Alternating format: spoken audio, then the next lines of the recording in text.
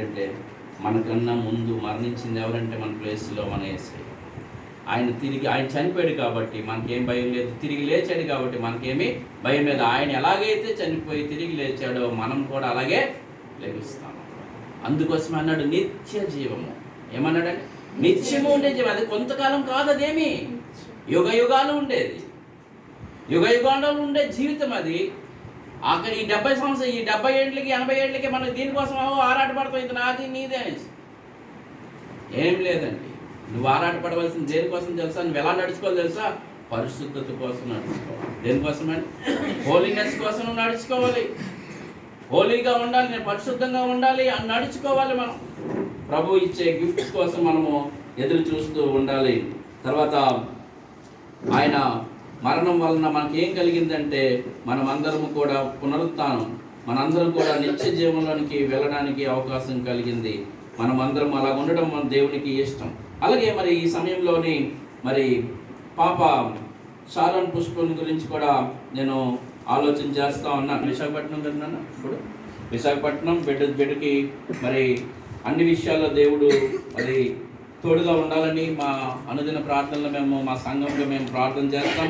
అలాగే తను వెళ్తున్న ప్రాంతంలోని మరి దేవుడు అన్ని విషయాల్లో సహాయం చేయాలని కూడా మేము కోరుకుంటా ఉన్నాం. తన 103వ కీర్తనలో అంటాడు, నా ప్రాణమా యెహోవాను సన్నుతించుము, ఆయన నా అంతరంగంలో ఉన్న సమస్తమా ఆయన పరిశుద్ధ నామమును సన్నుతించుము.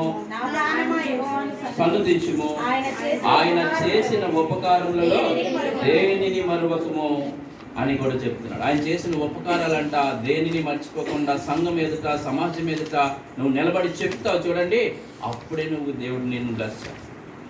కొంతమంది ఎలా చేస్తారంటే 4 గోళ్ళ మంచికి వెళ్ళిపోయి, ప్రభువా మాకు ఇది ఇచ్చావు, థ్యాంక్స్ ప్రభువా అని ఎవరికి కావాలి? ఆయన కోరుకునేది ఏం చేస్తా? సమాజం ఎదుట, సంఘం ఎదుట నువ్వు నిలబడి సాక్ష్యం చెప్పాలి. 4 గోళ్ళ మధ్యన వెళ్ళిపోయి చేసేసుకుంటానంటే ఎక్కడ కుదురుతుంది? నీకు జరిగిన కార్యం, నీకు జరిగిన ఆ మంచి కార్యం నలుగురు ముందు చెప్పి నా దేవుడు ఇలా చేశాడు, తను చెప్పిన సాక్ష్యం తన అసలు సాక్ష్యం అలా చెప్తుంది అనుకోలేదు అని చెప్పి పాప ఉద్యోగాలు, చదువులు వీటి మీద వాళ్ళు కానీ చక్కగా సాక్ష్యం ధైర్యంగా నిలబడి చెప్పాను. తను బట్టి నేను ఆ బిడ్డ మరి షారోన్ పుష్పం గురించి మరి చాలాసార్లు మరి బిడ్డను మేము చూసినప్పుడు చాలా సంతోషిస్తూ ఉన్నాం ఆ బిడ్డను బట్టి. మరి ఇంకను ఆలోచన చేస్తే తల్లిగారి విషయంలో దేవుడు చేసిన కార్యం, ఝాన్సీ గారి విషయంలో దేవుడు చేసిన కార్యాన్ని బట్టి దేవుడిని నేను స్తుతిస్తూ ఉన్నాను. ఎందుకంటే దేవుడు మనల్ని ఏమాత్రం కూడా విడిచిపెట్టే దేవుడు కాదు. ఆపత్కాలం ముందు ఆయన మనల్ని ఏం చేస్తాడంటే నమ్మదగినవాడు. ఆయన ఎవరంటే నమ్మదగిన దేవుడు. మనం మొరపెడితే చాలు. శత్రువు ఎలా ఉంటాడంటే భ్రమ కలిగిస్తూ ఉంటాడు. భ్రమపరిచే ఆత్మలు ఉంటాయి కొన్ని, భ్రమపరుస్తాడు. ఆ భ్రమ మనల్ని ఎక్కడ తీసుకెళ్ళిపోద్దంటే ఒకలాంటి అదొక నిరుత్సాహానికి లేదా ఒక దిగులు లాంటి స్థితికి వెళ్ళిపోతుంది. కానీ రెండోసారి వాళ్ళు మళ్ళీ దాన్ని చేసినప్పుడు వాళ్ళు చెప్పిన విషయాలు చూస్తున్నప్పుడు మళ్ళీ ఎంత హ్యాపీగా ఉంది చూసారా? మీరు ఆలోచించేయండి.